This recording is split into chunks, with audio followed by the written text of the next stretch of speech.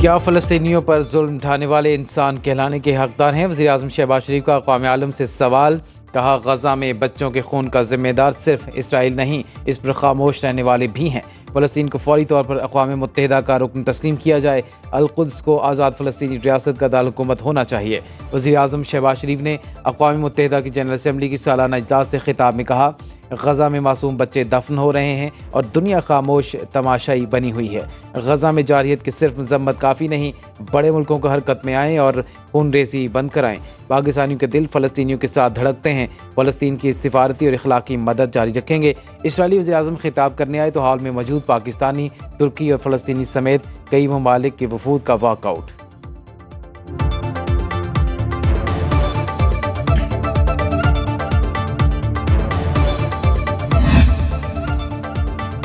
मकबूजा कश्मीर में भारत के एकतरफा इक़दाम से खित्ते के अमन को खतरात लाहक। आलमी बरादरी को भारतीय हुकूमत का हाथ रोकना होगा। वज़ीर आज़म शहबाज शरीफ का अक़वाम मुत्तहिदा की जनरल असम्बली के सालाना इजलास से खिताब। कहा, 2019 में मोदी सरकार ने एकतरफा तौर पर मकबूजा कश्मीर को हड़प करने की कोशिश की। मसला कश्मीर आज भी सलामती कौंसिल की करारदादों में मौजूद है, जिनके मुताबिक कश्मीरियों को हक़ खुद इरादियत मिलेगा। दिल्ली सरकार मकबूजा कश्मीर के मुस्लिम अक्सरियत को अक़लियत में बदलने की नाकाम कोशिशें कर रही है। ही भारतीय हुकूमत का मुंह तोड़ जवाब दिया जाएगा।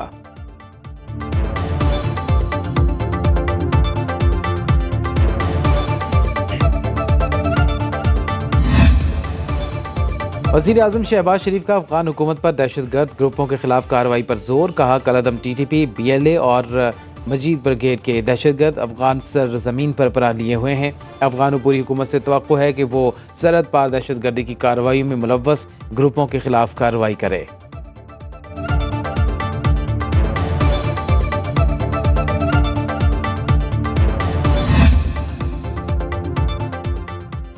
इसराइली फौज का बैरूत में हिजबुल्लाह हेडक्वार्टर्स पर बड़ा फ़ज़ाई हमला। हसन नसरुल्लाह को निशाना बनाने का दावा। अरब मीडिया के मुताबिक इसराइली लड़ाका तैयारों ने हमले में मोहलक और ताकतवर मिसाइलों का इस्तेमाल किया।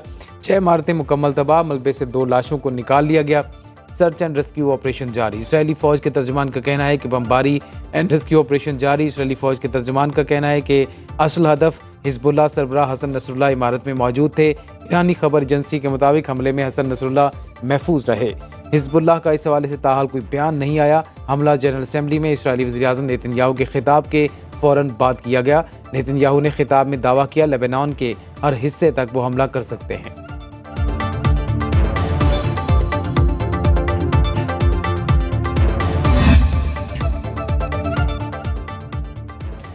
आर्मी चीफ का कराची कोर का दौरा। ISPR के मुताबिक जनरल आसिम मुनीर को पाक फौज की ऑपरेशनल तैयारियों और तरबियती अमूर पर ब्रीफिंग दी गई। सिपह सलार ने इन्वोस्टा इंडस IT पार्क का इफ्तिताह किया। IT पार्क नौजवानों को आला मयार की तरबियत फराहम करेगा। वज़ीर आला सिंध मुराद अली शाह की भी तकरीब में शिरकत। जनरल आसिम मुनीर ने कहा, माशरे में मायूसी फैलाने वालों को कौम की इज्तिमाई कोशिशों से शिकस्त हुई। पाकिस्तान की मौशी बहाली में ताउन पर चीन, सऊदी अरब और मुत्तहिदा अरब अमारात को खराज तहसीन पेश किया।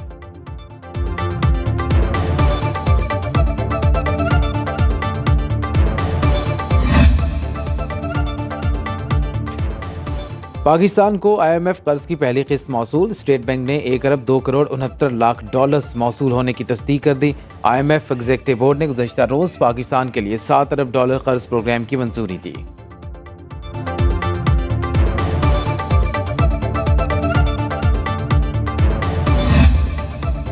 PIA निजकारी की बड़ी शर्त, इल्तवा का शिकार होने पर IMF खफा। 1 अक्टूबर को PIA की निजकारी के लिए बिडिंग की यकीन दहानी के बाद अचानक 1 माह की तौसीह पर सवाल उठने लगे। निजकारी के लिए निजी कंपनीज के कंसोर्शियम में Pak ethanol, YB holdings, blue world city, Arif Habib air blue और फ्लाई जिना शामिल। 6 कंपनियों में से सिर्फ ब्लू वर्ल्ड सिटी ने बिडिंग की तमाम शराइत पूरी की। अचानक बिडिंग की तारीख बढ़ाने के खिलाफ ब्लू वर्ल्ड सिटी का अदालत जाने का ऐलान। मुकर्ररा मुद्दत में दस्तावेज जमा न कराने वालों को डिस्क्वालीफाई करार देने की इस्तदा की जाएगी। निजकारी कमीशन के गैर संजीदा फैसले से स्टॉक मार्केट में PIA के शेयर्स की कीमत ₹2.09 गिर गई।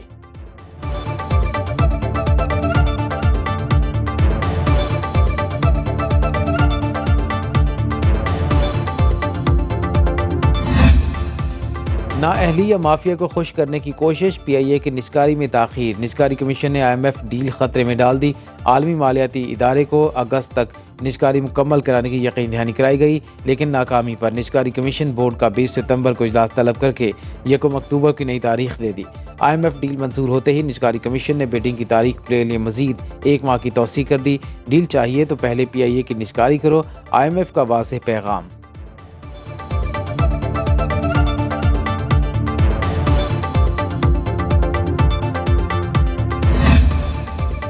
चेयरमैन ब्लू वर्ल्ड सिटी साद नज़ीर कहते हैं PIA की बिडिंग के लिए 6 कंपनियों में से सिर्फ ब्लू वर्ल्ड सिटी ने तमाम डॉक्यूमेंट्स पूरे किए।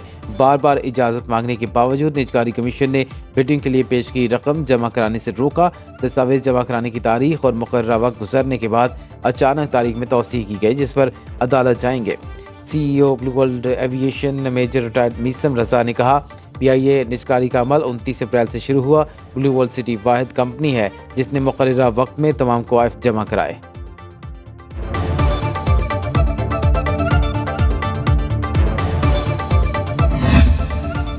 तहरीक इंसाफ का आज रावलपिंडी में एहतजाज का ऐलान। शेख वकास अकरम कहते हैं, पुरअमन एहतजाज का हक हमसे कोई नहीं छीन सकता, सख्तियों के बावजूद अपनी जद्दोजहद जारी रखेंगे। सेनेटर शिबली फराज ने कहा, आज़ाद अदलिया मुल्क के मुस्तकबिल की ज़ामिन है। दूसरी जानिब पंजाब हुकूमत ने रावलपिंडी डिवीज़न में हर किस्म के एहतजाज, जलसे जुलूसों और इज्तिमा के खिलाफ दफ़ा 144 नाफिज कर दी। लियाकत बाग सील।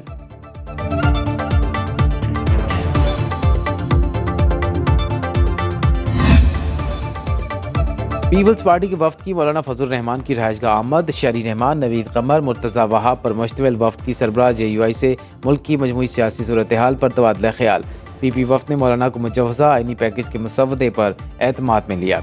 नवीद कमर ने मीडिया से बात करते हुए कहा, फ़िलहाल हमारा कोई मुसवदा तैयार नहीं हुआ, मुशावरत मुकम्मल होगी तो मुसवदा भी तैयार हो जाएगा।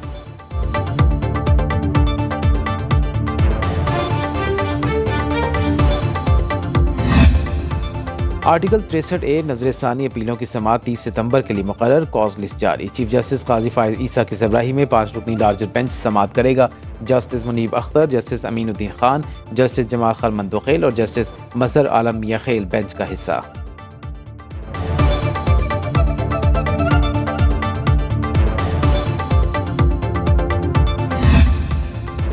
और पानी PTI और बुशरा बीबी के खिलाफ 190 मिलियन पाउंड रेफरेंस की अडयाला जेल में समाअत। बुशरा बीबी के वकील की तफ्तीशी अफसर मियां उमर नदीम पर जिरहा।